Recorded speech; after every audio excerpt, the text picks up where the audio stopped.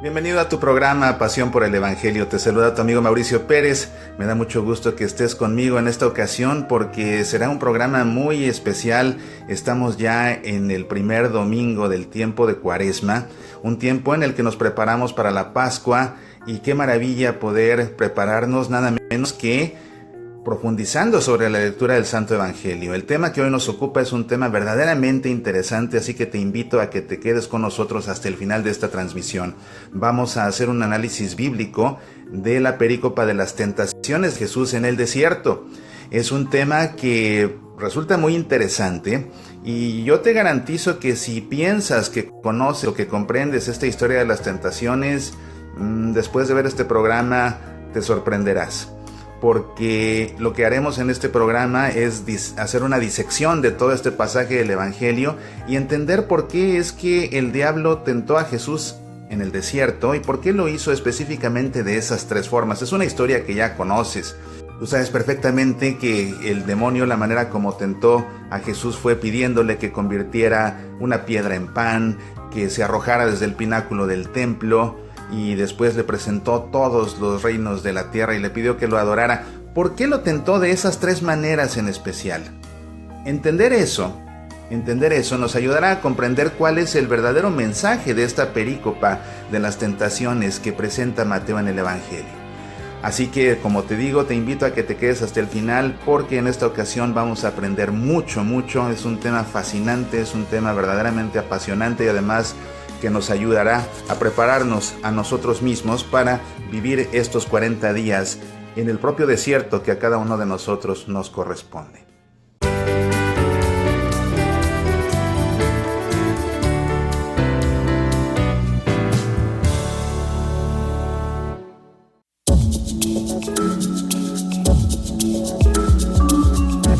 Así que entremos en materia, como siempre, leyendo primero este pasaje del Evangelio. Y para ello vamos a ponernos en presencia del Padre, y del Hijo, y del Espíritu Santo.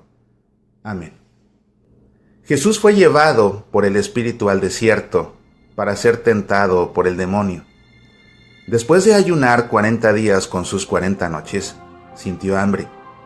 Y el tentador, acercándose, le dijo: «Si tú eres hijo de Dios, manda que estas piedras se conviertan en panes». Jesús le respondió: «Está escrito, el hombre no vive solamente de pan, sino de toda palabra que sale de la boca de Dios». Luego el demonio llevó a Jesús a la ciudad santa y lo puso en la parte más alta del templo, diciéndole: «Si tú eres hijo de Dios, tírate abajo, porque está escrito, Dios dará órdenes a sus ángeles, y ellos te llevarán en sus manos, para que tu pie no tropiece con ninguna piedra». Jesús le respondió: «También está escrito, no tentarás al Señor tu Dios». El demonio lo llevó luego a una montaña muy alta. Desde allí le hizo ver todos los reinos del mundo, con todo su esplendor, y le dijo: «Te daré todo esto si te postras para adorarme». Jesús le respondió: «Retírate, Satanás, porque está escrito, adorarás al Señor tu Dios y a Él solo rendirás culto». Entonces el demonio lo dejó, y unos ángeles se acercaron para servirlo. Este es el texto, esta es la historia. ¿Cuál es el mensaje detrás de estas palabras? ¿Qué hace Jesús en el desierto? Bueno, primero que nada, vemos cómo Jesús va al desierto impulsado por el Espíritu Santo. Y la palabra es fuerte, la palabra realmente en la Biblia misma es una palabra fuerte. Aquí como que el misal lo matiza un poco, pero cuando lo leemos en la Escritura dice que Jesús fue empujado por el Espíritu al desierto, es decir, lo llevó con fuerza, pero fue motivado por el Espíritu.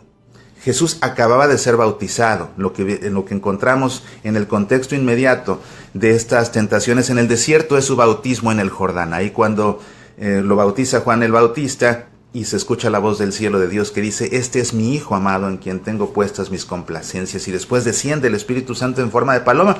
Pues ese mismo Espíritu, después de que Jesús es bautizado, lo impulsa, lo mete al desierto, para que ahí Jesús se prepare para su ministerio, para su vida pública. Ahí en el desierto Jesús se encontrará a solas, y es en ese desierto donde Jesús encontrará la intimidad con su Padre, sin que nada ni nadie los perturbe, o al menos eso cree Jesús. Pero es una realidad que para el pueblo de Dios, como vemos en el libro del Deuteronomio y también como vemos para el profeta Oseas, es el desierto el lugar propicio para el encuentro de Dios. Así, con esta idea en mente, nuestra vida cuaresmal tiene que ser la vida en un desierto. Y tú verás en la Santa Misa, por ejemplo, como ya no verás flores en el altar. Ya no verás flores porque las flores sugieren frescura. Y el desierto lo que sugiere es más bien sequía. Entonces ya no verás flores más en el altar a lo largo del tiempo de Cuaresma, salvo en el cuarto domingo, que es el domingo del Etere, el domingo de la alegría. Una pausa en el itinerario cuaresmal, una pausa en el camino del desierto, es como llegar a un oasis donde nos refrescamos y nuevamente verás flores. Pero fuera de ese domingo todo será sequía, porque lo que se quiere sugerir es precisamente que es un tiempo que pasamos en el desierto, así como Jesús. Insisto, el desierto es el lugar propicio para el encuentro con Dios. Dice después el Evangelio: después de ayunar 40 días con sus 40 noches, sintió hambre. ¿Por qué pasó Jesús 40 días, lógicamente, con sus 40 noches? Esto no se refiere a que haya Jesús pasado exactamente 40 días ahí en el desierto. No, el número 40 en la Sagrada Escritura es un número que no representa un número exacto, pero es un número que significa el tiempo suficiente para algo, para llevar algo a cabo o para una preparación. Vemos, por ejemplo, cómo a Dios le tomó 40 días y 40 noches de diluvio renovar la tierra. Vemos también cómo el pueblo de Dios pasó 40 años en el desierto, ¿ves? Preparándose para poder llegar a establecer una alianza con Dios y después entrar a la tierra prometida. ¿Quién más ven? Por ejemplo, el profeta Elías. El profeta Elías también, él tuvo que caminar 40 días con sus 40 noches para poder llegar al monte Horeb. Fíjate cómo algo muy hermoso que la gente suele pasar por alto al respecto de este número 40, que, como te digo, es un número que significa el tiempo suficiente para preparar algo. ¿Has pensado cuánto tiempo le toma a un bebé gestarse en el seno de su madre? Le toma exactamente 40 semanas. Como ves, ese 40 está cargado de verdad, es un símbolo que está cargado de verdad. Pero sobre todo, y aquí viene lo interesante, es donde este texto empieza a ponerse interesante. El hecho de que Jesús vaya al desierto 40 días y 40 noches, y dice aquí el Evangelio de una manera muy específica, después de ayunar 40 días con sus noches. Esto, lo que está haciendo Jesús, es revivir, y recuerda que va impulsado por el Espíritu Santo. Lo que está haciendo Jesús es revivir los 40 días con sus 40 noches que Moisés pasó en el Sinaí sin comer ni beber. Moisés también ayunó 40 días con sus noches en el Sinaí.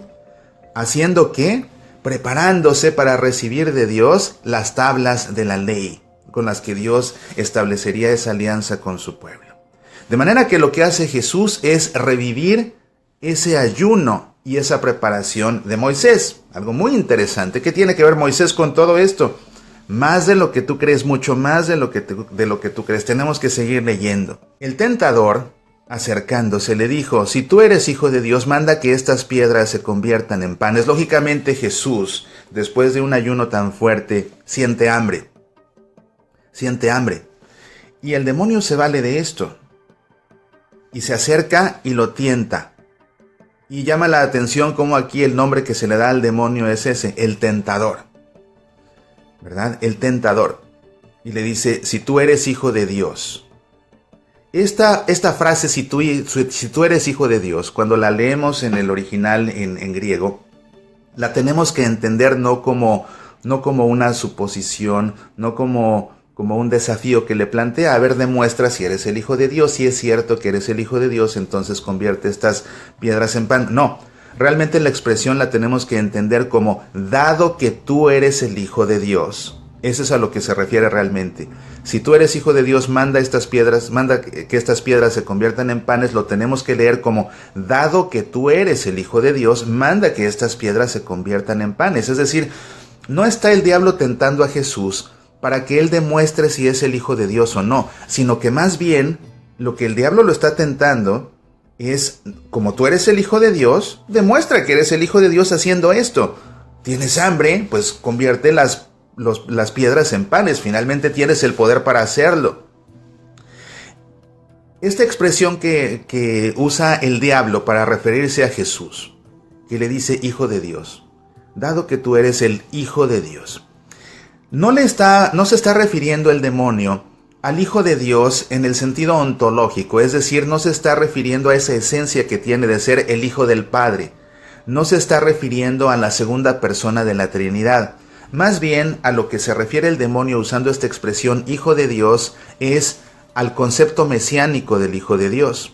Un Hijo de Dios que precisamente por ser Hijo de Dios, Mesías, tiene una protección especial del Padre. Nuevamente lo que nos tenemos que remontar a lo que sucedió antes de que Jesús fuera llevado al desierto, que fue el bautismo en el Jordán. Y en ese bautismo en el Jordán, Dios desde el cielo dice, este es mi Hijo amado, en el que tengo puestas mis complacencias. Es decir, este Hijo es el Mesías, y este Hijo, por ser mi Hijo amado, por tener yo puestas en él mis complacencias, goza de una protección especial. Y después el diablo se volverá a valer de este mismo recurso, de este mismo concepto. Dado que tú eres el Hijo de Dios, dado que tú eres el Mesías, especialmente protegido por el Padre, no te vas a morir de hambre aquí en el desierto. Entonces convierte estas piedras en pan. ¿Te das cuenta? Realmente lo que quiere decir este texto tiene muchísimo de fondo que tenemos que aprender a entender. Y la cuestión está en que lo que últimamente le está planteando el demonio a este Jesús que es el Mesías, a este Hijo de Dios que es el Mesías, es un mesianismo de egoísmo y de placer. Pero realmente Jesús se da cuenta, después de sentir la tentación, porque son tentaciones. A veces cuando uno ve las películas y ve este episodio, a veces vemos a Jesús que está ahí muy cansado en el desierto, llega el diablo, lo tienta y de inmediato Jesús le responde con un texto bíblico y luego lo vuelve a tentar y le responde con otro, así como si no hubiera tenido mayor esfuerzo para Jesús. No. Realmente para Jesús esto fue una tentación, es decir, Jesús consideró la posibilidad de convertir esas piedras en pan, se le antojó incluso hacerlo, él se estaba muriendo de hambre, se le antojó, lo consideró, quizás hasta tomó las piedras y las vio y dijo, pues ¿por qué no? Si soy el Hijo de Dios y no me voy a morir de hambre, ¿por qué no? Es decir, realmente fue una tentación. Jesús sí consideró hacerlo. De otra manera no sería tentación. Para que sea tentación tenemos que llegar a ese punto de considerar hacerlo. De considerar escuchar al diablo y hacerle caso. Fue lo que pasó con Jesús. Él realmente consideró hacerle caso al demonio con lo que le estaba diciendo. ¿Te das cuenta? Son tentaciones de verdad. Y lo que nos enseña Jesús es que al diablo se le puede vencer. Al diablo se le puede vencer. Y se le vence de una manera tajante, porque Jesús es tajante con él. No comienza a negociar, no comienza a dialogar, no. El Papa Francisco recientemente nos ha dicho eso, con el diablo no se negocia, con el diablo no se dialoga. No, al diablo se le tiene que vencer, del diablo mejor uno se aparta. En este caso Jesús no se aparta, lo enfrenta de una manera tajante y entonces le dice, está escrito, el hombre no vive solamente de pan. El hombre no vive solamente de pan, sino de toda palabra que sale de la boca de Dios. Esa es la manera como Jesús le responde. Y Jesús le responde citándole un versículo del libro del Deuteronomio. Es el versículo 3 del capítulo 8 del Deuteronomio. Interesante porque otra vez el Deuteronomio es la segunda vez que se narran las aventuras de Moisés, por así decirlo. Entonces, date cuenta cómo Moisés ya estaba una referencia implícita a Moisés al Jesús ayunar 40 días con sus noches, así como él hizo en el Sinaí. Ahora Jesús le responde al diablo citándole el segundo libro en el que se cuentan las aventuras de Moisés. Y muy interesante que Jesús recurra a esto. Esto se va a poner cada vez más bueno, mira. Porque entonces, dice el Evangelio, luego el demonio llevó a Jesús a la ciudad santa, es decir, a Jerusalén, y lo puso en la parte más alta del templo, diciéndole, si tú eres hijo de Dios, tírate abajo, porque está escrito, Dios dará órdenes a sus ángeles, y ellos te llevarán en sus manos para que tu pie no tropiece con ninguna piedra. Nuevamente, una tentación de verdad. Jesús va al pináculo del templo, ¿verdad? Y desde ahí arriba ve a la gente, ve al pueblo de Dios, ve a los fieles que están orando, ve a los sacerdotes, ve a los transeúntes también que entran ahí al patio de los gentiles y demás. Y de pronto dice, bueno, si vengo a salvar a todos ellos, pues sí, si me arrojo y vienen los ángeles y me salvan, la gente me va a creer. La gente me va a creer, y no solamente, la gente pues me va a adorar. A fin de cuentas, sí, soy el Hijo de Dios. Y con eso puede tener éxito mi misión. Y Jesús realmente empieza a considerar la posibilidad de arrojarse. Porque en efecto Jesús sabe que sí está escrito que Dios dará órdenes y los ángeles lo protegerán. Y ciertamente que esto sucederá, ciertamente que esto sucederá. Piensa más adelante, por ejemplo, bueno, al final de este pasaje mismo, cuando el diablo por fin se va, vienen los ángeles a protegerlo. Y también piensa en el huerto de los olivos, cuando Jesús está orando y se siente que no puede, incluso está a punto de renunciar y dice, Padre, si es posible que pase este cáliz sin que lo beba. Viene también un ángel a confortarlo, es decir, realmente Dios enviará a los ángeles a protegerlo. Pero este no es el momento, y Jesús se da cuenta finalmente después de considerar esa opción que no es el momento. Pero algo muy importante aquí y es darnos cuenta de la osadía inaudita del demonio. Porque fíjate que lo que está haciendo el diablo es entrar entonces ahora en este diálogo bíblico de Jesús, porque primeramente él simplemente lo tienta, manifiesta tu poder convirtiendo la piedra en pan, hace un prodigio.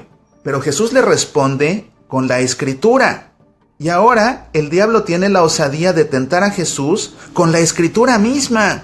Dado que Jesús abrió el diálogo bíblico, entonces ahora con la misma Biblia, con la misma escritura es que el diablo lo tienta. Y entonces por eso es por lo que le dice el diablo, está escrito, y nuevamente le dice, si tú eres hijo de Dios, otra vez entendiéndolo como dado que eres el hijo de Dios, es decir, dado que eres ese hijo de Dios mesiánico, ese Mesías al que Dios protege de una manera especial, dado que eres ese Mesías al que Dios protege de una manera especial, aviéntate, porque está escrito que Dios enviará ángeles a que te protejan. Entonces, como ves, ese porque está escrito, el diablo está aquí haciendo una referencia a la escritura, y lo que está haciendo el diablo es citarle a Jesús el Salmo 92, es ahí en el Salmo 92 donde esto está escrito. A ese nivel llega el diablo de tentar. Fíjate, el diablo es capaz de tentarnos usando la Biblia misma. Oye, eso es para aterrarnos. Por eso tenemos que conocer la escritura bien, tan bien como la conocía Jesús.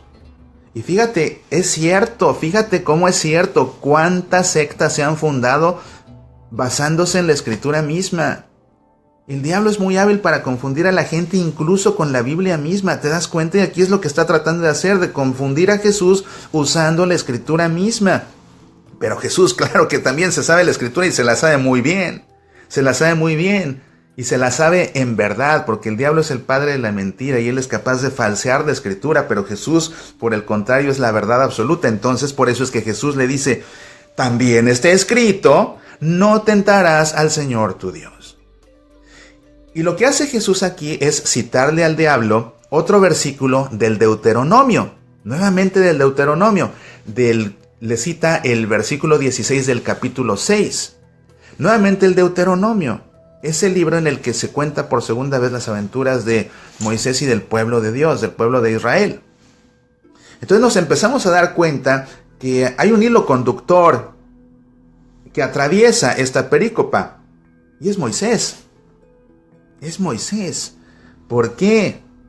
Tenemos que seguir leyendo entonces para ver qué tiene que ver Moisés en todo esto. ¿Te habías dado cuenta? Yo te había dicho, si tú pensabas que entiendes el sentido de esta perícopa de las tentaciones, quédate a ver el programa porque te vas a llevar grandes sorpresas y te garantizo que esto todavía tiene mucho, mucho más que sorprenderte. Entonces, vamos a ver qué pasa después. El demonio lo llevó luego a una montaña muy alta. Desde allí le hizo ver todos los reinos del mundo con todo su esplendor. Y le dijo, te daré todo esto si te postras para adorarme. Aquí vemos cómo la osadía del demonio no tiene medida, no tiene límite. Tiene el cinismo suficiente de tentar al Hijo de Dios para que lo adore. Y si llega a ese nivel con Jesús, ¿a qué niveles no llegará con nosotros? Esto es muy importante tenerlo en cuenta. La osadía del demonio no tiene límites. Es capaz de pedirle al mismo Hijo de Dios que lo adore. Y le dice, le muestra, fíjate, lo lleva a un monte muy alto, desde ahí le enseña todos los reinos del mundo y le dice, te daré todo esto si te postras para adorarme. Esto a Jesús le debió recordar, porque Jesús conocía la Escritura, por supuesto. Le recuerda aquel pasaje en que Moisés subió a la cumbre del monte Nebo para que desde ahí Dios le mostrara toda la tierra prometida. Y desde esa cumbre, Moisés ve en el monte Nebo, ve toda la tierra prometida. Y ahora Jesús, en la cumbre de este monte, desde ahí ve todos los reinos. Y comienza a considerar la tentación. Acuérdate que para ser tentados tenemos que llegar a ese punto de decir, ¿y por qué no? Y entonces Jesús dice, bueno, ¿y por qué no? Ciertamente que soy el rey del universo. Entonces todos estos reinos son míos. Entonces, pues sí, ¿por qué no? Todos estos reinos, si son míos, pues que me dé la autoridad que me está tentando de gobernarlos a todos y de que todos me sirvan como su rey. Y a fin de cuentas de que los sirva yo a ellos como el rey que soy. Pero la condición es adorar al diablo. ¿Te das cuenta? Pero Jesús empieza a considerar esa opción. Y muy astuto el diablo, porque realmente se refiere a realidades de Jesús. Eres el Mesías, eres el Hijo de Dios, el protegido por tu Padre. Eres el Rey del universo. Y lo tienta con esas verdades, pero a fin de cuentas falseando algo. Y en este caso está mintiendo fuertemente el diablo. Siempre detrás de una tentación hay una gran mentira. Y lo peor es que hay una gran mentira que parece verdad. Porque si no, no sería mentira. Es mentira porque parece verdad. Y en este caso, la gran mentira del diablo es que le dice, si me adoras, yo te daré todos estos reinos. Pero para dárselos, necesitaban ser de él. Y realmente el demonio no posee reino alguno. No posee reino alguno. El verdadero dueño de todos los reinos es Dios mismo. Pero aquí él está mintiendo, confundiendo a Jesús, así como diciéndoles que son míos y yo te los voy a dar, cosa que es una mentira total. ¿Ves? Así es como el diablo nos tienta, mintiendo, pero haciendo que esas mentiras precisamente parezcan verdad.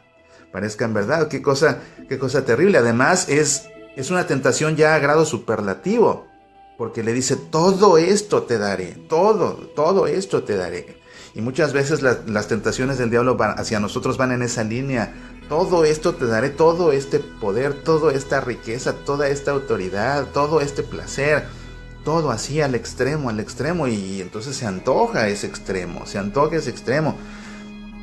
Pero nuevamente Jesús, después de sentirse tentado, de considerar por qué no hacerlo, finalmente se impone y nuevamente lo hace con la Escritura. Retírate, Satanás, porque está escrito, adorarás al Señor tu Dios y a Él solo rendirás culto. Nuevamente Jesús lo que hace es citar el libro del Deuteronomio. Por tercera vez cita Jesús el libro del Deuteronomio y lo cita en este caso el versículo 13 del capítulo 6. En esa ocasión, esa palabra para el pueblo de Dios le fue dada precisamente porque ya iban a entrar ellos a la tierra prometida, y dentro de la tierra prometida iban a encontrar, por supuesto, un pueblo de paganos, y entonces iban a haber muchas prácticas idolátricas. Se iban a encontrar con que las personas con las que ahora iban a vivir y convivir tenían muchos ídolos, y en determinado momento pues sería fácil caer en la tentación de la idolatría. Esa es la razón por la que se les hace esta advertencia: adorarás al Señor tu Dios y solo a Él darás culto, no a todos los demás ídolos. Entonces vemos cómo el diablo tienta a Jesús 3 veces, pero 3 veces Jesús se impone y no cae en la tentación. Sin embargo, fue tentado. Aquí podemos constatar cómo es muy cierto que Jesús fue semejante en todo a nosotros. Incluso en la tentación también fue sometido a la tentación, pero no fue sometido por la tentación a diferencia de nosotros. Por eso es que decimos que Jesús fue semejante en todo a nosotros, menos en el pecado. Porque aquí lo vemos como nunca pecó, a pesar de ser tentado, nunca pecó. Entonces el demonio lo dejó y unos ángeles se acercaron para servirlo. Vemos entonces cómo hay un hilo conductor a lo largo de este pasaje de Jesús en el desierto. Y ese hilo conductor es Moisés. Y no solo Moisés, sino Moisés y el pueblo de Dios también. ¿Verdad? El pueblo de Dios, como veíamos hace un instante, se le da una advertencia al pueblo de Dios antes de entrar a la tierra prometida para que no caigan en la idolatría. Entonces lo que estamos viendo aquí en este pasaje de Jesús en el desierto, donde es tentado pero donde finalmente vence a cada una de las tentaciones y de esta manera vence al demonio, es que realmente este texto es un texto que nos presenta a Jesús como el Moisés definitivo, como el Moisés definitivo que encabeza al pueblo de Dios por el desierto, estos 40 días con sus 40 noches, y que finalmente, encabezando al pueblo de Dios, vence al demonio, no cayendo en la tentación. Ese es el mensaje que se nos comunica con esta perícopa, que Jesús es el nuevo Moisés. Eso significa que Jesús es el nuevo caudillo. Eso significa que Jesús es el Mesías.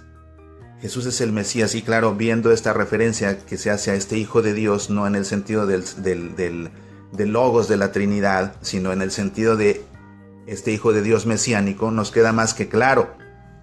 Con esto le queda claro entonces a los cristianos, ¿verdad?, que vienen del judaísmo, que Jesús es el nuevo Moisés, que Él es el caudillo por excelencia, que Jesús es el Moisés definitivo.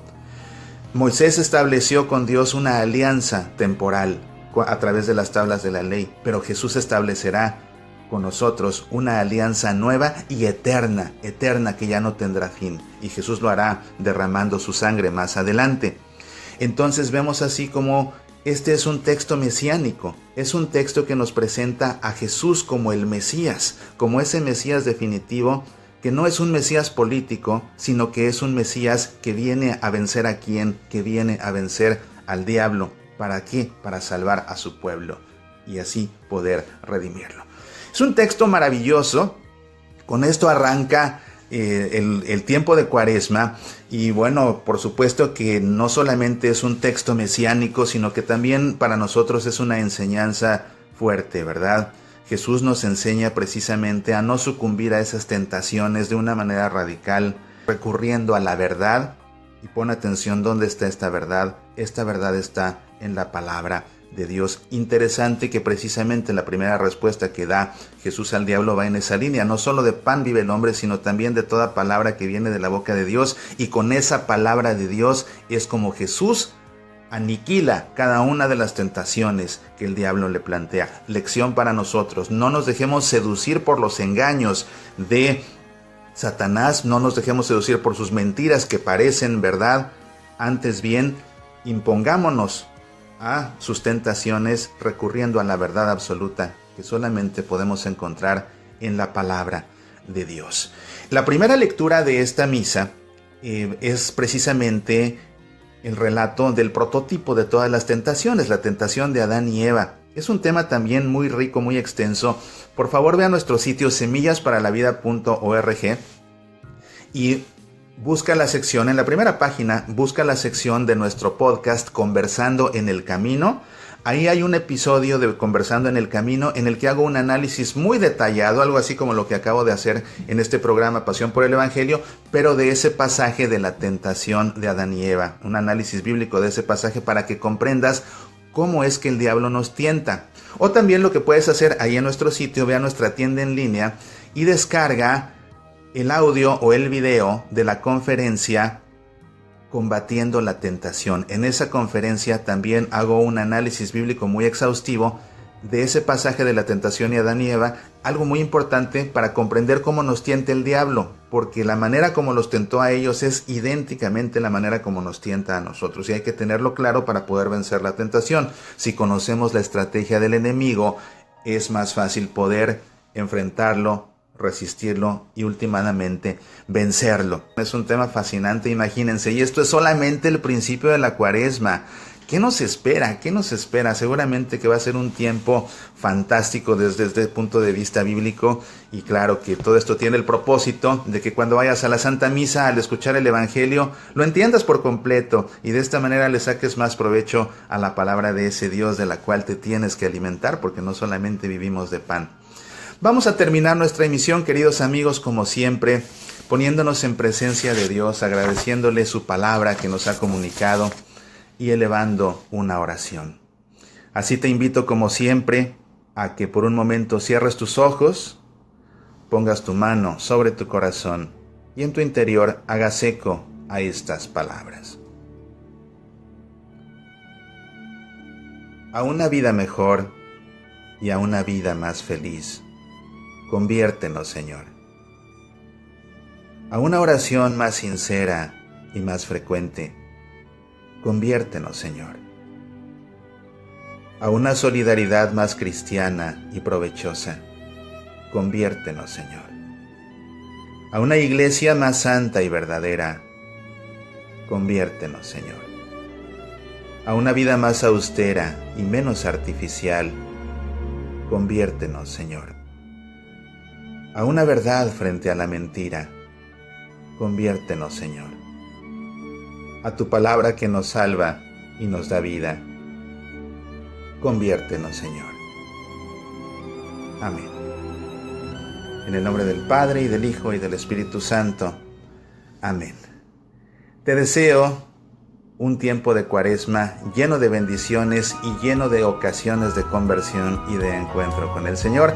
Recuerda que el próximo fin de semana tenemos una cita aquí en Pasión por el Evangelio. En lo que llega el próximo fin de semana, seguimos conversando todos los días en nuestro programa Semillas para la Vida. Te deseo que Dios te llene de bendiciones. Apasionate por nuestra fe.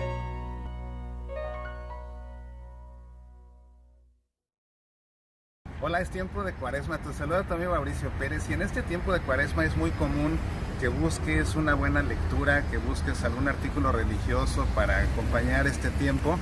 Y mira que quiero compartir contigo que me encuentro en Kirkland, en el estado de Washington, afuera de la librería Aleluya. Ven, vamos a echar un ojo porque vas a ver algo que te va a encantar.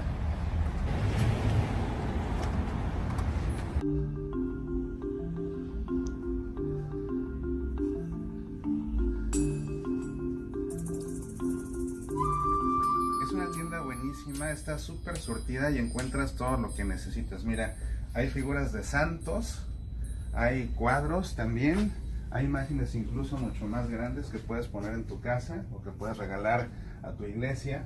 Hay lógicamente crucifijos, hay regalos para primeras comuniones, para confirmaciones, para bautizos. Todo eso lo puedes conseguir aquí. Mira, aquí está todo lo de los bautizos. Aquí está también tarjetas de felicitación cuando es la primera comunión de alguien, o incluso la ordenación sacerdotal de alguien que conozcas. Después es tan difícil encontrar tarjetas de felicitación, pues aquí en esta librería Aleluya las tienen todas. Aquí es donde tienen todos los libros en español. Acá también puedes encontrar Biblias en español. Mira, ya está una Biblia para niños, muy bonita. Y mira, si vienes más acá, ve lo que te quería enseñar. Aquí en la librería Aleluya puedes encontrar nada menos que todos mis libros están aquí disponibles. Y en este tiempo de Cuaresma, mira, aquí tienes Nuestra familia al pie de la cruz, Sucedió en Jerusalén, Judas, traidor o instrumento de Dios, Escucha, Jesús habla desde la cruz, Las oraciones para una gotita de agua, Todo lo puede en aquel que me conforta. Si quieres estudiar más de Biblia, aquí está 666, el criptograma apocalíptico. Y si quieres otro libro de espiritualidad, Por los caminos de la fe. Entonces aquí puedes encontrar en la librería Aleluya en Kirkland todos los libros de tu servidor Mauricio Pérez. Date una vuelta y llévate uno de estos libros para este tiempo de Cuaresma, y de paso pues llévate un rosario, una estampita, una imagen. Hay tanto que te digo que no te la vas a acabar. Date una vuelta, está ubicado aquí en Kirkland y se llama Aleluya, Aleluya Catholic Store. Apasionate por nuestra fe.